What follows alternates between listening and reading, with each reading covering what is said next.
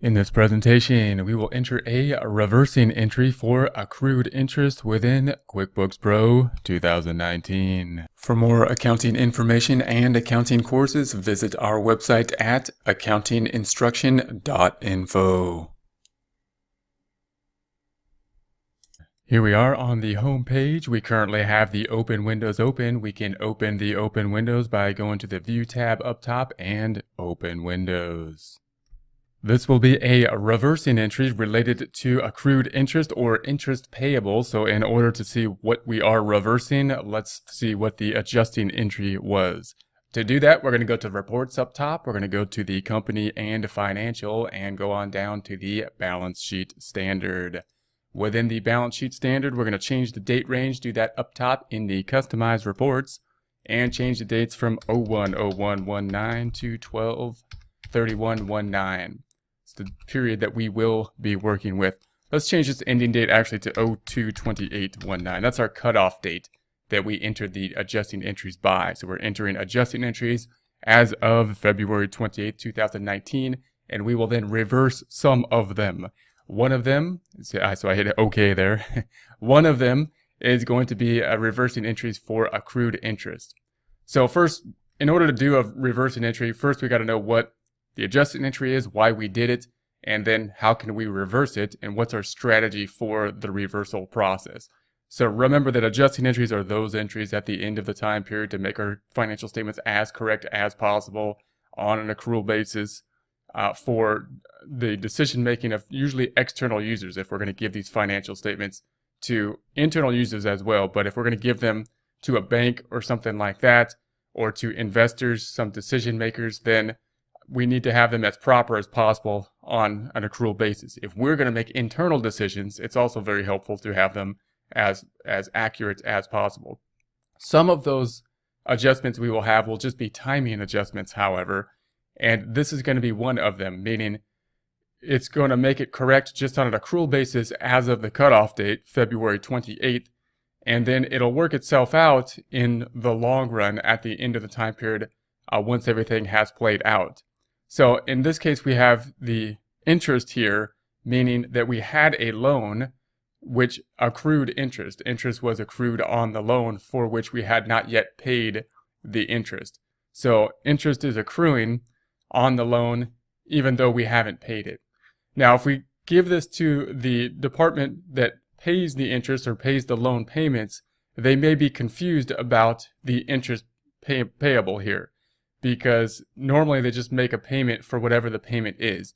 So what we can do to solve that problem is have a reversing entry. So some of these adjusting entries, we can reverse what we did and say, hey, whatever system you're on in the accounting department, just use that system. And then we in the adjusting department, or us as acting as the adjusting department, can then make the adjustments for the time period for which we make the financial statements. And then we'll just reverse it so it doesn't mess up the normal process. So this is a way that we can kind of separate the normal accounting process, the data input, to not mess anything up or change anything up from the normal system, and still have that adjusting process at the end of the time period to make things correct as of the end of the year.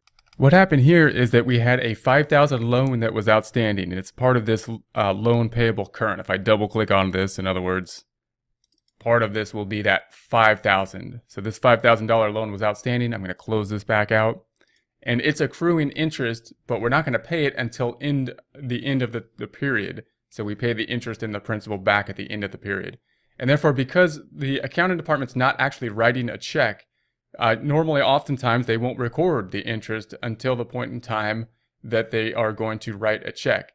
And so we here then are going to say, well, we had to record interest as of the end of the time period, even though we hadn't written a check, because we had used the money, and therefore we owe a liability and we need to record the related expense in the time period that we used the money for the purchasing power. In a similar way that even if we didn't pay the rent, and we're going to pay the rent in the future, but we used the building, then we would have to record rent expense in the time period that we consumed the rent. Even though we didn't use it, we'd have to have a liability saying that we're going to pay the rent that we consumed in the future.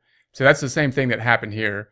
And so we got this $25, which may be confusing to the accounting department, especially if it was a situation where that $25 is going to be included in the payment that they will make. In other words, if their next payment is going to be such that they would have to make the payment and reduce this $25 at the same time, then this could confuse.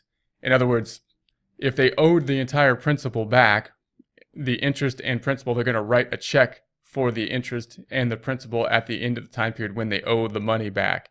And if this amount is here, then they should credit what they owe, meaning the cash is going to go down for whatever the check is. And then instead of just debiting something easy like the loan payable, or breaking out the loan and interest, which in this case would be fairly easy because it would be the $5,000 loan would go down and the rest would be interest, they would have to reverse this interest payable, this accrued interest. And that's just another step that could be confusing to the accounting department. So to clear that up, we could just reverse this. We could say, hey, this wasn't there when you gave us the books, and we put it there because we think it's needed to make the financial statements. And then we're just going to reverse it as of the first day of the next time period, so it doesn't mess up any normal process you may have in reviewing the financial statements or making any payments the way we have made those payments to be set up.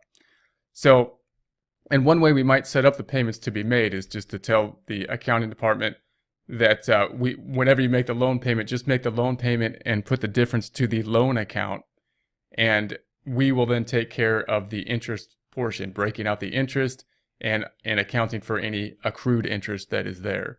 So if that's going to be our plan, then once we do this, we're just going to reverse this entry so that it doesn't bother the accounting department. So this entry, when we put it on the books, was a debit to interest expense and a credit to interest payable. So to reverse it, we're just going to do the opposite of that. The traditional way to do a reversing entry would be with a journal entry, which would go to the company up top, and we go to make journal entries. And then we would just have the reversing entry, and it would be a debit to the interest payable and a credit to interest expense. Should look funny because we're crediting an interest expense, which is weird, but that's because it's a reversing entry. So it's the opposite of what we would normally do. We're going to try to do it with a register here. We will do it with a register in order to avoid the debits and credits as much as possible, but we will see the debits and credits because that's how QuickBooks kind of lets us do that and uses these registers in order to avoid the debits and credits, or not be able to see as much of the debits and credits to be able to work with it without debits and credits, although of course debits and credits are running and driving these transactions. So we're going to go to the register, which could be found in the banking, and use register, and then we would find in this case the interest payable, or we can go to the lists up top, go to chart of accounts, and then we want to find the liability account for the loan, for the interest payable. That's going to be this item with 25 in it. Double clicking that, here we have it. Now I know you're probably saying that, well, 25 isn't that much money, and it could be if it's a larger amount, the principal would be the same. Interest on loans can be significant to decision making. If it's immaterial, then the adjusted entry and the reversal might not be necessary, but if it is material, then it would be necessary. In other words, if it would be relevant to decision making. So we made this as of the end of the cutoff. We're going to make the next one as of the first day of the next time period, or 03/01/19. So the first day of the next month. And I'm not going to put any name here, and we're going to say it's going to decrease this account. This was an increase. We're going to reverse it, so we're going to decrease it. And then the other side's going to be just like this one. It's going to go to interest expense. Interest expense. I'm just going to type that in there. It will autofill for us, interest expense. Make sure we don't pick up the income but the expense.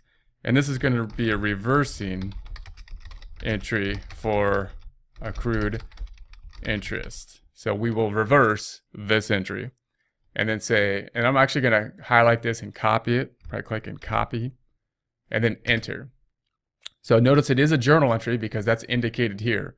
But QuickBooks is going to try to use these registers as much as possible. But if we double click on here, it still indicates that it's default into a journal entry because it has no other way. There's no form to really create this. There's no bill or invoice that's going to record this type of transaction. So here it is. It's going to be a debit to interest payable and a credit to interest expense. So let's go back to our financials and see what happens. If we close this out, closing this out, closing this out. We're going to say that here's our interest payable. And if we go to the next day, meaning if I change this customized reports and make the ending date 1 day later, 3/1, then that payable goes away. So the payable is going to go away if I make it 1 day later, and that's because it's now 0. So let's go back 1 day again. I'm going to customize reports, go back 1 day, and now it's back. So there it is. In other words, if we double click on it this way and we change this 1 day later, then we're going to say, okay, here's us doing the adjusting entry and here's us reversing it. And we're clearly putting it into the system. So if the accounting department sees it and it's a separate department, they're going to say, oh, that's one of their funny adjustment entries. And then they reversed it, so it's gone now. So that's fine. We're going to assume they know that, there's a purpose for what they did there, and we're not going to worry about that. It's not going to be bothersome. So when you make the payment, you don't have to net it out against our reversing entry or adjusting entry. So we can close that out. And we'll check out the same thing on the profit and loss. So if we go to reports and we scroll down to the company and financial, we're going to go to the profit and loss standard. And we'll make the first one as of 01/01/19 to 02/28/19. And so within interest expense, here's interest expense. If we double click on it, there is our adjusting entry. If we close this back out, then something funny will happen with the income statement in the next time period. Meaning if we go to the next time period being 03/01/19 to 03, let's say 01/19, just the first day of the next time period, then we have these kind of negative balances here, which this whole thing should look funny because there's no actual income. That was a reversing entry. This was a reversing entry that we did in a prior presentation, not here. And then we've got this interest expense, which is negative. Everything is negative. That's kind of unusual. And if we double click on it, we're going to say there's the reversing entry that we have. Closing this back out. So that should look very strange because it's basically saying that an expense is going backwards, and that never typically happens. I mean, expenses only go up. They go in one direction. They go up, bringing down net income. So this will be unusual, but the goal here is to, once the payment is made, to match this out against the interest payment, and then it'll clear itself out. In other words, if there was an upcoming payment in the next time period, then the company would make the payment, and if they broke it out between interest and principal, then they can just break out the interest portion here, and it would net out against this 25, recording the correct amount of interest for this time period. Because when they make the interest payment, it's going to be interest that's going to be due for the entire loan, the entire time period of the loan. $25 of it should be applied to last month. So if when we make the payment for interest, we apply all interest at the point in time that we make the payment, then it'll net out against this 25, reducing the interest that will be applied to the current month and applying that 25 to the prior month. So it'll work itself out once the interest payment is made. Now again, we might just tell the accounting department, hey, this is something that we're going to just keep reversing each time, and then we will adjust it at the end of the month. We'll make the interest right, and we'll adjust it and reverse it so you don't have to worry about it. So if that's the case, then we're going to have the accounting department, whether there be interest or principal on the loan, we just have them make a nice, easy transaction to reduce cash and record the other side to reducing the payable, knowing that we're not recording interest at all. And then we'll just go in there and make the adjustment for both the interest and any accrued interest, any interest that was paid and any accrued interest during the time period on a periodic basis, and then reverse anything that might look funny to the accounting department. So this will reverse itself out as time passes, either when the interest payment is made or when we do the adjusting entry again at the end of the month. For more accounting information and accounting courses, visit our website at accountinginstruction.info.